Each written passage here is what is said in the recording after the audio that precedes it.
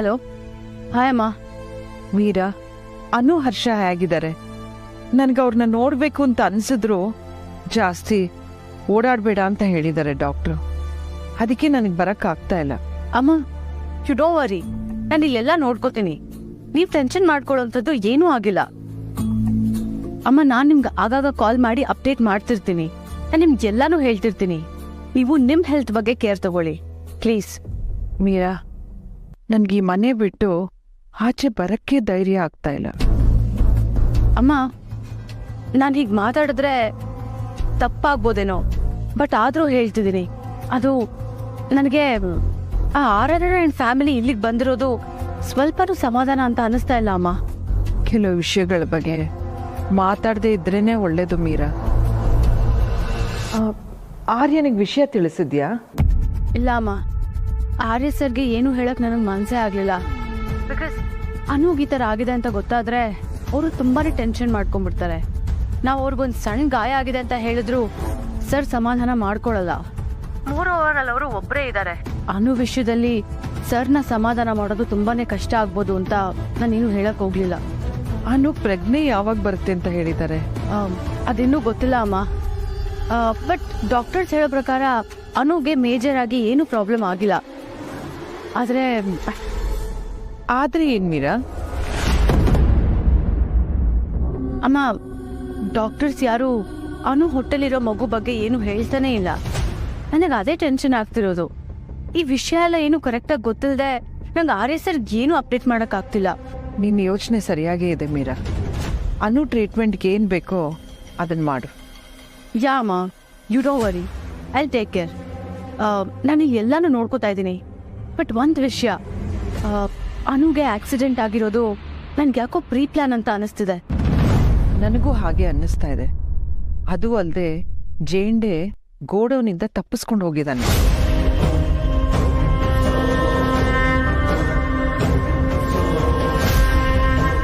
What? ಜೇಂಡೆ ತಪ್ಪಿಸ್ಕೊಂಡಿದ್ದಾರಾ? ಜೇಂಡೆ ನಮ್ಮನೆಯಿಂದ ತಪ್ಪಿಸ್ಕೊಂಡು ಹೋದಾಗ್ಲೇನೆ ಅನುಗೆ accident ಆಗಿದೆ ಅಂದ್ರೆ ಅದಕ್ಕೊಂದು ಕನೆಕ್ಟ್ ಆಗಿದೆ ಅಂತ ನಿನ್ಗನ್ಸಲ್ವಾ?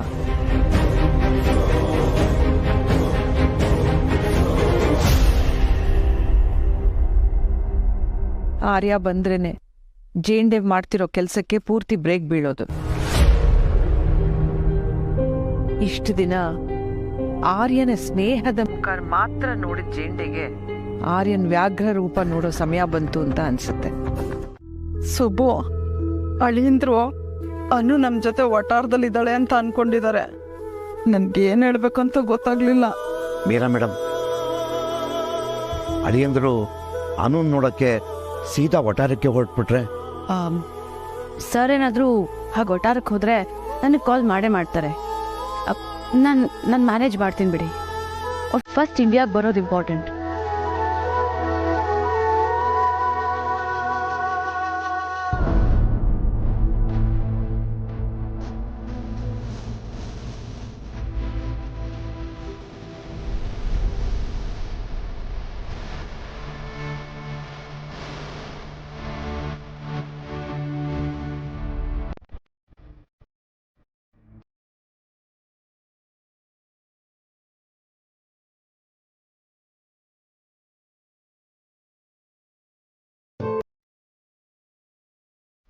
ಏನೂ ಆಗಲ್ಲ ಪುಷ್ಪ, ಸ್ವಲ್ಪ ಸಮಾಧಾನ ಮಾಡ್ಕೊಳ್ಳಿ.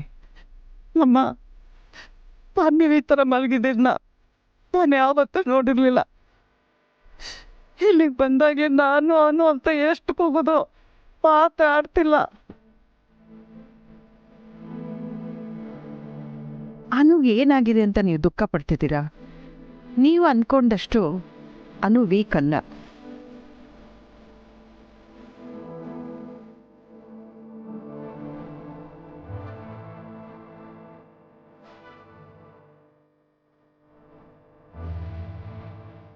ಅನು,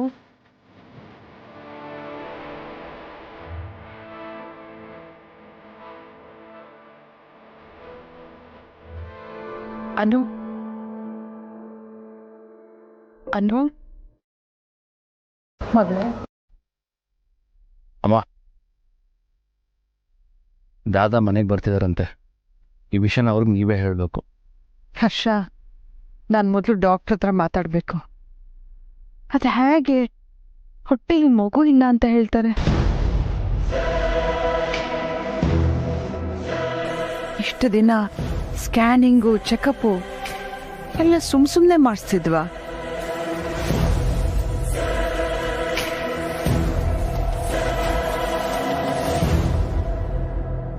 ಏನು ಅನು ಹೊಟ್ಟೆಲೆ ಮಗು ಇಲ್ವಾ?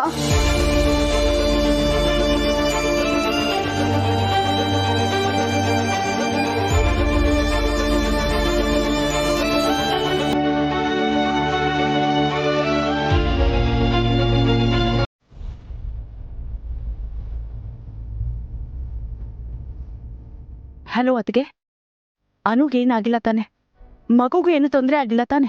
ಮನೆಗೆ ಬಂದು ಇದನ್ನೆಲ್ಲ ನಿನ್ನ ಜೊತೆ ನಿಧಾನವಾಗಿ ಮಾತಾಡ್ತೀನಿ. ಈಗ ನಾನು ಫೋನ್ ಮಾಡಿದ್ದು ಯಾಕಂದ್ರೆ ಆರ್ಯ ಮನೆಗೆ ಬರ್ತಾ ಇದ್ದಾನೆ.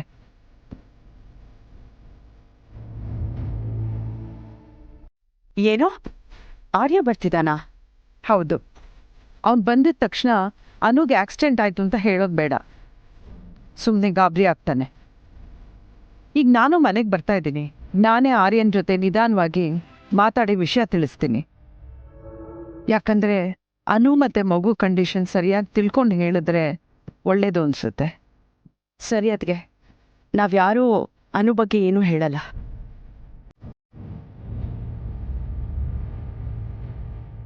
ಏನಂತಮ್ಮ?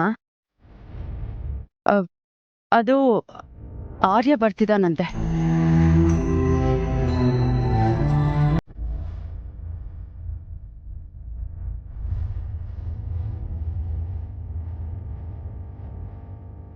ಅಲ್ಲ, ಆರ್ಯ ಬರ್ತಿದ್ರೆ ನೀನ್ಯಾಕೆ ಗಾಬರಿ ಆಗ್ತಿದ್ಯಾ? ಏನಿಲ್ಲ. ಈ ಅಮ್ಮಂಗೇನಾಯ್ತು? ಬರ್ತಿರೋದು ಜೀಸು ತಾನೆ. ಅದೇ ನನಗೂ ಅರ್ಥ ಆಗ್ತಾ ಇಲ್ಲ.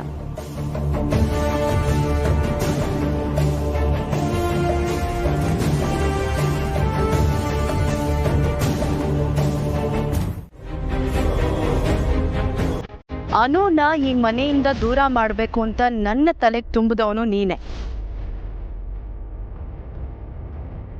ಮೆಸೇಜ್ ಮಾಡಿದವನು ನೀನೆ, ಫೋನ್ ಮಾಡಿದವನು ನೀನೆ.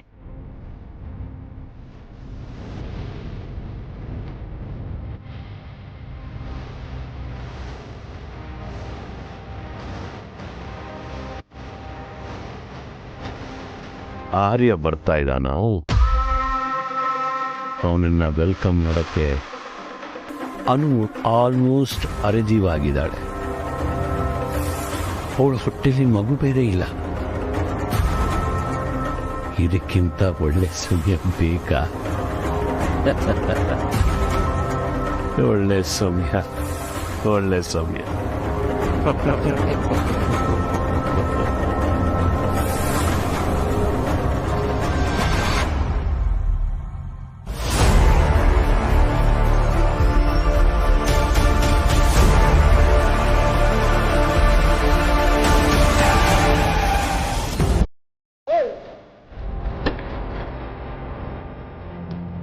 ಯಾರೇ ಅದು?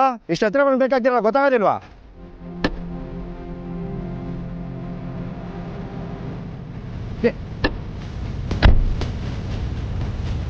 ಏನೇ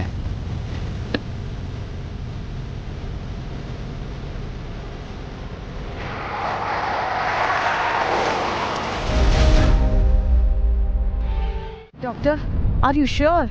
ನೀವೇನು ಹೇಳ್ತಿದ್ದೀರಾ ಅನ್ನೋ ಬಗ್ಗೆ ಖಾತ್ರಿ ಇಟ್ಕೊಂಡು ಮಾತಾಡ್ತಿದ್ದೀರಾ? I am sure about my statement. Anu pregnant ಅಲ್ವೇ ಅಲ್ಲ?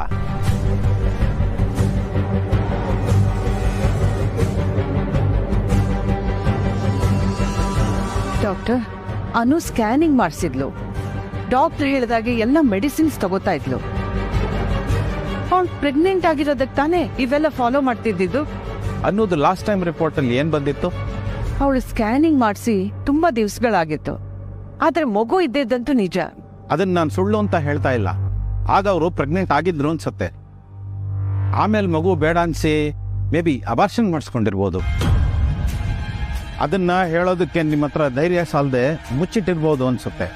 ಡಾಕ್ಟರ್, ನೀವು ಜೀವ ಉಳಿಸೋ ಕೆಲ್ಸದಲ್ಲಿರೋರು ಹೀಗೆ ಸುಮ್ನೆ ಆರೋಪ ಮಾಡೋದು ತಪ್ಪಲ್ವಾ? ನಮ್ಮ ಮನು ಬಗ್ಗೆ ನಮ್ಗೆ ತುಂಬಾ ಚೆನ್ನಾಗಿ ಗೊತ್ತಿದೆ. ನಾನು ಡಾಕ್ಟರ್, ಹಾಗೆಲ್ಲ ಏನೇನೋ ಹೇಳೋಕ್ಕಾಗಲ್ಲ ಮೇಡಮ್.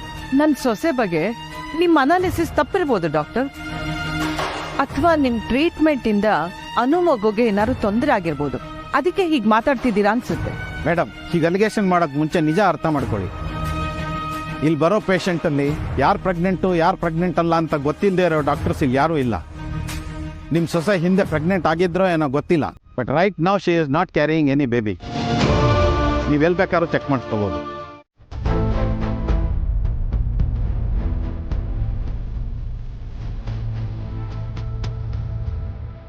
ಸರಿ ಮಕ್ಕ, ನಾವು ಮನೆಗೆ ಹೋಗೋಣ. ನಾನು ಈಗಲೇ ಡಾಕ್ಟರ್ ಹತ್ರ ಮಾತಾಡಿ ಎಲ್ಲ ವ್ಯವಸ್ಥೆ ಮಾಡ್ತೀನಿ. ನೀನು ಸ್ವಲ್ಪ ಹೊತ್ತು ಮಲ್ಕೊಂಡು ರೆಸ್ಟ್ ತಗೋ. ಅಪ್ಪ, ನಿಮ್ಮ ಮಾತನ್ನು ನಂಬಿ ನಾನು ಮಲಗ್ತೀನಿ. ಆದರೆ ನನ್ನ ಮನೆಗೆ ಕರ್ಕೊಂಡು ಹೋಗ್ತೀರಲ್ಲ?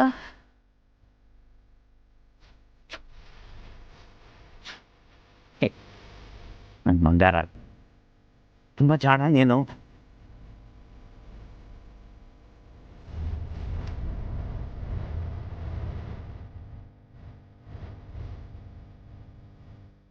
ಮಲ್ಕೊಂಡು ರೆಸ್ಟ್ ತಗೋ.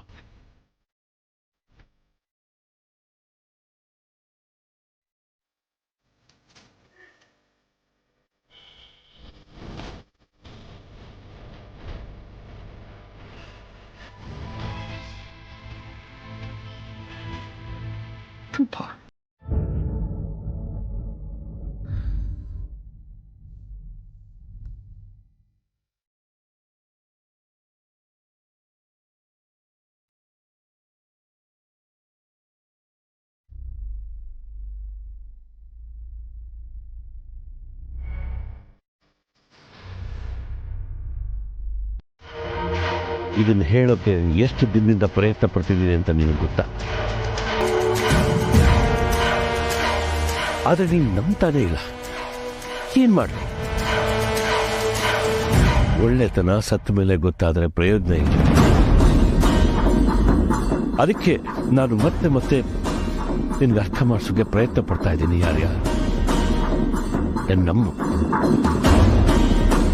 ನಿನಗೆ ವರ್ಧನ್ ಸಂಸ್ಥೆನಲ್ಲಿ ನಯಾ ಪೈಸೆ ಸಿಗಲ್ಲ ಅಂತ ಗೊತ್ತಾಗಿ ಆ ವರ್ಧನ್ ಖಜಾನೆನಲ್ಲಿ ದೋಚಿ ಬಾಚಿ ನಿನಗೋಸ್ಕರ ಕೂಡಿಡ್ತಾ ಬಂದಿದ್ದೀನಿ. ಇದೆಲ್ಲ ಇಲ್ಲಿಗಲ್ಲ, ಅನಫಿಷಿಯಲ್. ಆದರೆ ಇದೆಲ್ಲ ದುಡ್ದಿದ್ದು ನೀನೇ ಆರ್ಯ. ಇದೆಲ್ಲ ನಿಂದು. ರಾಜನಂದಿನಿ ನಿನ್ನನ್ನು ಒಂದು ಗತಿ ಕಾಣಿಸ್ಲೇಬೇಕು ಅಂತ ಕಾಯ್ತಿದ್ದಾಳೆ. ಆರ್ಯ, ಮೊದಲು ನಾವಿದನ್ನೆಲ್ಲ ತಗೊಂಡು ಬೇರೆ ಎಲ್ಲಾದರೂ ಹೋಗ್ಲೇಬೇಕು. ನಿಲ್ಸು.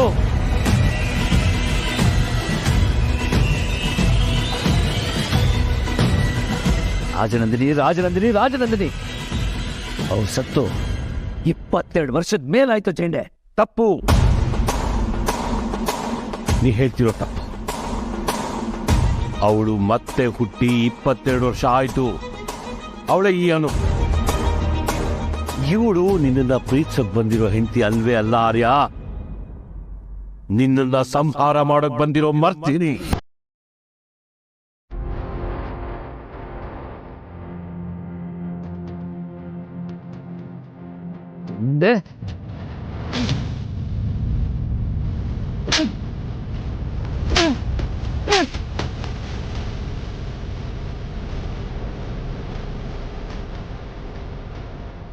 ನನ್ನ ಬಗ್ಗೆ ಮಾತಾಡೋದಕ್ಕೆ ಎಷ್ಟು ಧೈರ್ಯ ನಿನ್ಗೆ?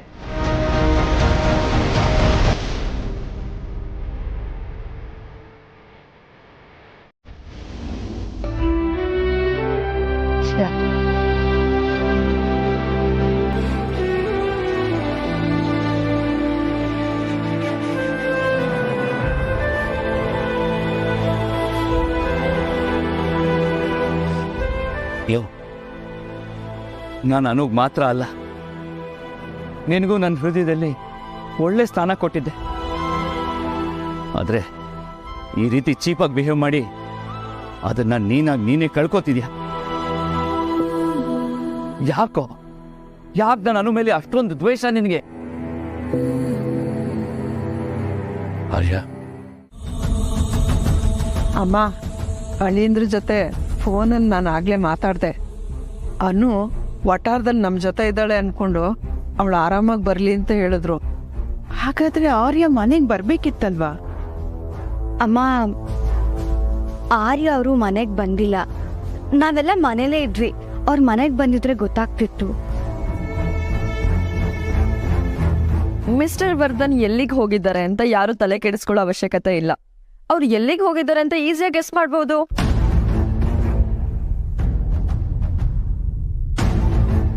ಹಾಗಾದ್ರೆ ಆರ್ಯ ಎಲ್ಲಿದ್ದಾನೆ ಅಂತ ನಿನಗೆ ಗೊತ್ತಾ? ಭಾವನಾ ಹೇಳಿದ್ದು ನಿಜ ಅಮ್ಮ. ಆರ್ಯ ಸರ್ ಎಲ್ಲ ಹೋಗೋದಕ್ಕೆ ಸಾಧ್ಯ ಹೇಳಿ? ಅವ್ರ ಆಫೀಸ್ಗೆ ಹೋಗಿರ್ತಾರೆ. ಆಫೀಸಿಗೆ ಹೋಗದೆ ತುಂಬ ದಿನ ಆಯ್ತಲ್ಲ. ಎಕ್ಸಾಕ್ಟ್ಲಿ, ನಾನು ಅದನ್ನೇ ಗೆಸ್ ಮಾಡಿದ್ದು. ಆಫೀಸಿಂದ ಅವ್ರ ಮನೆಗೆ ಬರಲೇಬೇಕಲ್ವಾ? ಬರಲಿ. ಅವ್ರು ಬರೋದಕ್ಕೂ ಮುಂಚೆ ನಾನು ಮಾಡಬೇಕಾಗಿರೋ ಎಲ್ಲ ಕೆಲಸನೂ ಮಾಡಿ ಮುಗಿಸ್ತೇನೆ.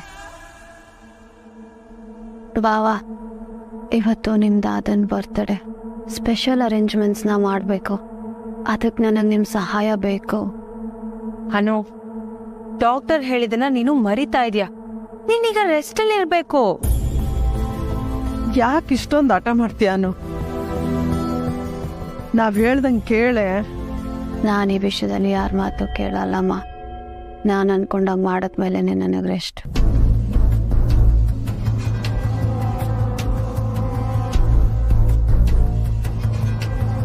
ಮಗ, ನೀನು ಅಂದ್ಕೊಂಡಿದ್ದಕ್ಕೆ ನಾವು ಸಹಾಯ ಮಾಡಬೇಕು ಅಷ್ಟೇ ತಾನೇ?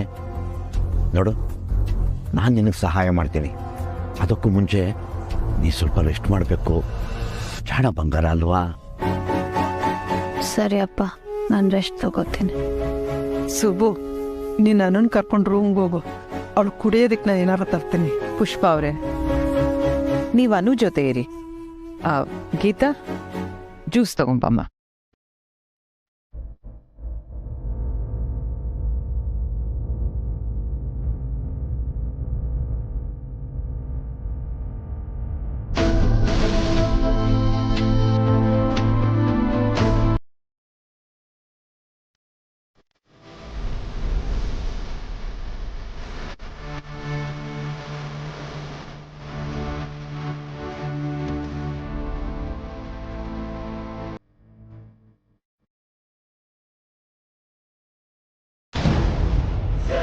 ನಾನು ಮಾಡಬೇಕಾಗಿರೋ ಎಲ್ಲ ಕೆಲಸನೂ ಮಾಡಿ ಮುಗಿಸ್ತೇನೆ.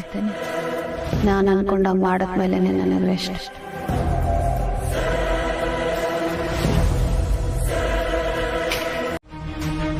ಅಲ್ಲ ಅದ್ಗೆ, ನಾವ್ ಏನ್ ಮಾಡಿದೀವಿ ಅಂತ ಹೀಗ್ ಬಾಯ್ ಬಂದಾಗ ಮಾತಾಡ್ತಿದ್ದಾಳೆ. 30 ವರ್ಷದಲ್ಲಿ ನಾವ್ ಹೇಗಿದ್ದೀವಿ ಅಂತ ನೀವ್ ಯಾವತ್ತೂ ಕೇಳೂ ಇಲ್ಲ. ಆದ್ರೆ ನನ್ನ ಮಗಳು ಅವಳಿಗೆ ಗೊತ್ತಿಲ್ಲದೆ ನನ್ನ ತವರಲ್ಲಿದ್ದಾಳೆ ಅಂತ ಗೊತ್ತಾಗಿ ನನಗೆ ಎಷ್ಟು ಖುಷಿ ಆಗಿತ್ತು ಗೊತ್ತಾ? ಆದ್ರೆ ಈಗ ಯಾಕಾದ್ರೂ ಬಂದು ಅನ್ಸ್ತಿದೆ. ಛೇ, ನನ್ನ ತವರು ಅಂತ ನಾನು ಬರ್ಲೇಬಾರ್ದಿತ್ತು.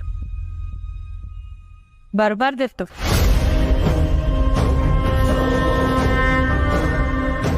ಆದ್ರೂ ಬಂದಿದ್ದೀರಾ ಅಂದ್ರೆ ಏನೋ ಸ್ಟ್ರಾಂಗ್ ರೀಸನ್ ಇರ್ಲೇಬೇಕಲ್ವಾ?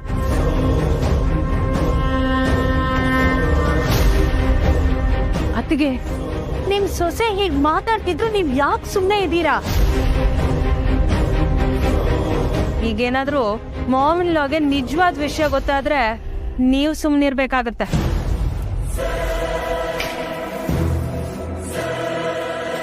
ಆನ್ಸಿ, ಅವರು ನಮ್ಮ ಅತ್ತೆ. ಅವ್ರ ಬಗ್ಗೆ ಹೀಗೆಲ್ಲ ಮಾತಾಡೋದು ನನಗೆ ಚೂರು ಇಷ್ಟ ಆಗ್ತಿಲ್ಲ. ಯಾಕೆ ಈ ಥರ ಇನ್ಸಲ್ಟ್ ಮಾಡ್ತಿದ್ದೆ ಅವ್ರನ್ನ? ಅವ್ರಿಗೆ ಈಗಲೇ ಸಾರಿ ಕೇಳು. ನಾನು ಯಾಕೆ ಸಾರಿ ಕೇಳಬೇಕು? ಇನ್ಫ್ಯಾಕ್ಟ್ ಅವರೇ ನಮ್ಗೆಲ್ಲ ಸಾರಿ ಕೇಳಬೇಕು. ನೀನ್ ಸಂಜೀವಿನಿ ಅತ್ತೆ ಜೇಂಡೆ ಜೊತೆ ಕದ್ದು ಮುಚ್ಚಿ ಮಾತಾಡ್ಬೇಕು ಅಂತ ರಾತ್ರಿ ಗೋಡೌನ್ ಹೋಗಿದ್ದೆವು. ಯಾಕೆ ಅಂತ ನೀನು ಕೇಳು.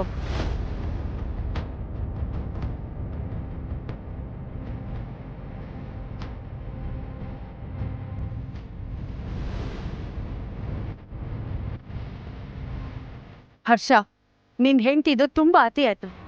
ನಾನು ಸುಮ್ಮನೆ ಇದೀನಿ ಅಂತ ಹೇಗ್ ಮಾತಾಡ್ತಿದ್ದಾಳೆ ನೋಡು. ಅಲ್ಲ, ಮನೆ ಸೊಸೆ ಆದವರು ಕೆಲ್ಸದವ್ರ ತರ ಕಳ್ಳು ವೇಷ ಹಾಕೊಂಡು ಮನೇಲಿರೋರ್ಗೆ ಮೋಸ ಮಾಡ್ತಾರಾ?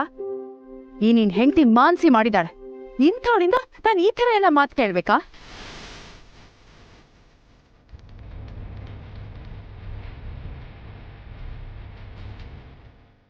ವಾಟ್ ಕೆಲಸದೋಳ್ತಾರಲ್ಲ?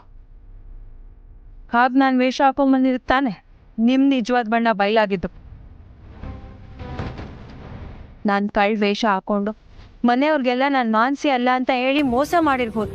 ಅದಕ್ಕೆ ನಾನು ಕ್ಷಮೆ ಕೇಳ್ತೀನಿ. ಆದರೆ ಇದರಿಂದ ನಿಮ್ಮ ನಿಜವಾದ ಸತ್ಯಗಳು ನನ್ನ ಕಣ್ಮುಂದೆ ಬಿತ್ತಲ್ಲ, ಅಷ್ಟೇ ಸಾಕು. ನೆಲ್ಮಿನಾ, ಅನುಗ್ ಏನು ಮಾಡೋದಕ್ಕೆ ಹೊರಟಿದ್ರೆ?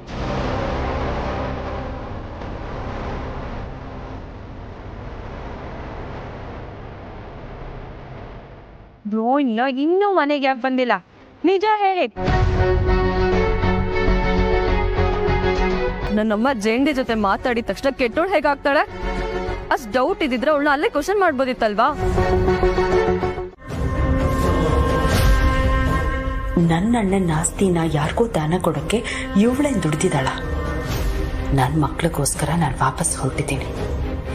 ಈಗಲೇ ಈ ಆಸ್ತಿ ವಿಷಯ ನನ್ನ ಕಿವಿಗೆ ಬೀಳ್ಬೇಕಾ?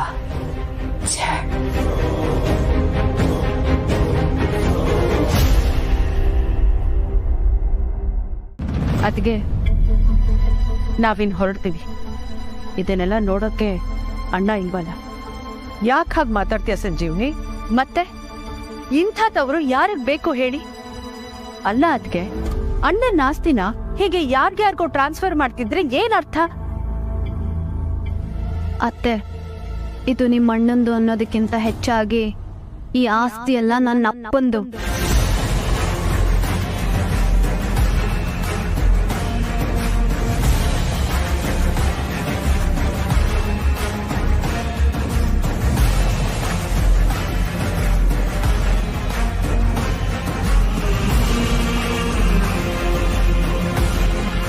ನಾನು ರಾಜನಂದಿನಿಯಾಗಿ ನನ್ನ ಆಸ್ತಿನೆಲ್ಲ ನನ್ನ ಗಂಡನ್ ಕೊಡೋದ್ರಲ್ಲಿ ತಪ್ಪೇನಿದೆ?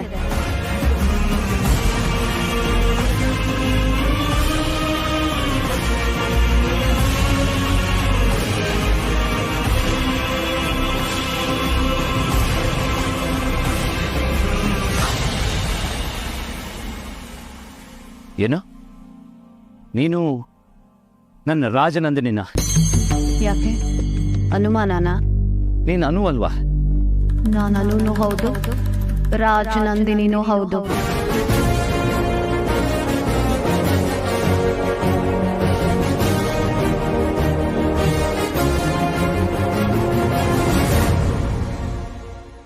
ರಾಜನಂದಿನಿಯಾಗಿ ಜನ್ಮ ಮುಗಿಸಿ ನಿಮಗೋಸ್ಕರ ಮತ್ತೆ ಅನು ಆಗಿ ಜನ್ಮನ ತಾಳಿದ್ದೀನಿ. ಸುಳ್ಳು, ಇದೊಂದು ದೊಡ್ಡ ಸುಳ್ಳು. ಸುಳ್ಳು ಅಂದಿದ ತಕ್ಷಣ ಸತ್ಯ ಸುಳ್ಳಾಗಲ್ಲ ಸರ್. ನಾನು ನಂಬಲ್ಲ. ನಿಜ ಹೇಳು, ನಿನ್ನ ಯಾವ ತಪ್ಪನ್ನ ಮರೆಮಾಚಕ್ಕೆ ಈ ರೀತಿ ಆಡ್ತಾ ಇದೆಯಾ? ನಿಜ ಹೇಳು.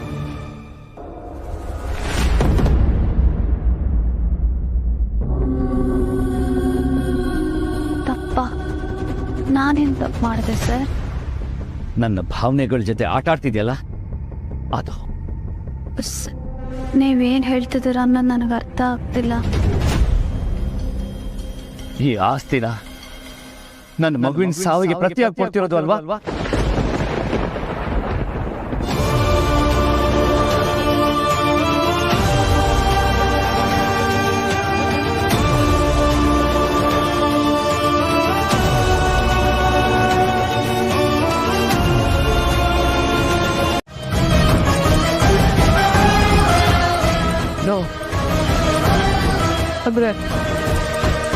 ಅಂದ್ರೆ ನನ್ನ ಮಗು ಇಲ್ಲ.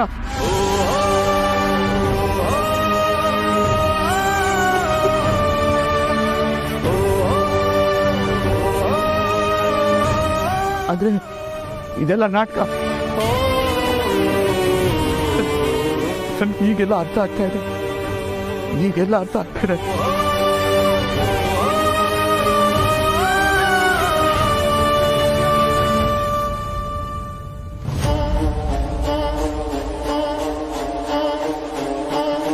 ಈಗ ಅರ್ಥ ಆಯ್ತು. ಈ ತಪ್ಪಿನ ಶಿಕ್ಷೆಗೆ ಈ ಆಸ್ತಿನೆಲ್ಲ ನನ್ನ ಹೆಸರು ಬರ್ದಿದ್ಯಾ ಅಲ್ವಾ?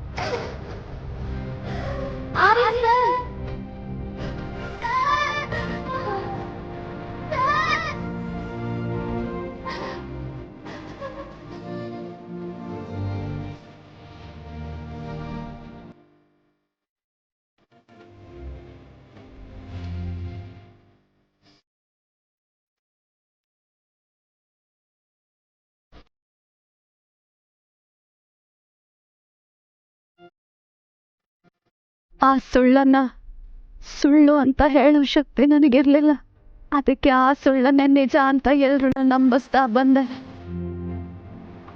ನಾನು ಆರ್ಯ ಸರ್ ಮಾಡ್ತಿದ್ದಕ್ಕೆ ಅವ್ರ ಖುಷಿ ಮುಂದೆ ನನಗೆ ನಿಜ ಹೇಳಬೇಕು ಅಂತ ಅನ್ನಿಸ್ಲೇ ಇಲ್ಲ.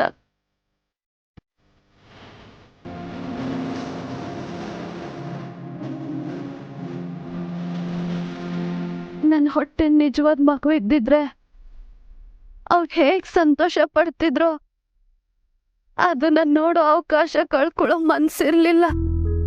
ಅದಕ್ಕೆ ನನಗೆ ನೆಮ್ಮದಿ ಸಂತೋಷ ಕೊಟ್ಟಿದ್ದ ಸುಳ್ಳನ್ನೇ ನಿಜ ಅಂತ ಅನ್ಕೊಂಡು ಬದುಕೋದಕ್ಕೆ ಶುರು ಮಾಡಿದೆ.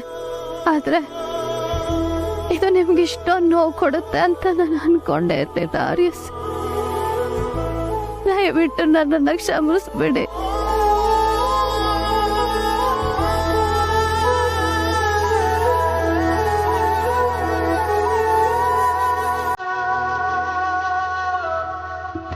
ನಾನ್ ನನ್ನ ಬಗ್ಗೆ ಸ್ವಾರ್ಥಿಯಾಗಿ ಯೋಚನೆ ಮಾಡಿದ್ದಕ್ಕೆ ಇರ್ಬೇಕು.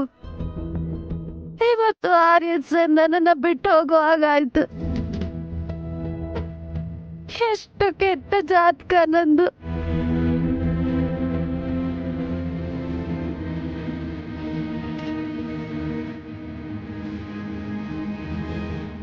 ಎಲ್ಲಾನು ಪಡ್ಕೊಂಡೆ ಅನ್ನೋ ಖುಷಿಯಲ್ಲಿರ್ಬೇಕಾದ್ರೆ ಎಲ್ಲಾನು ಕಳ್ಕೊಂಡೆ. ನನ್ನ ಮಗುವನ್ನು ಕಳ್ಕೊಂಡೆ.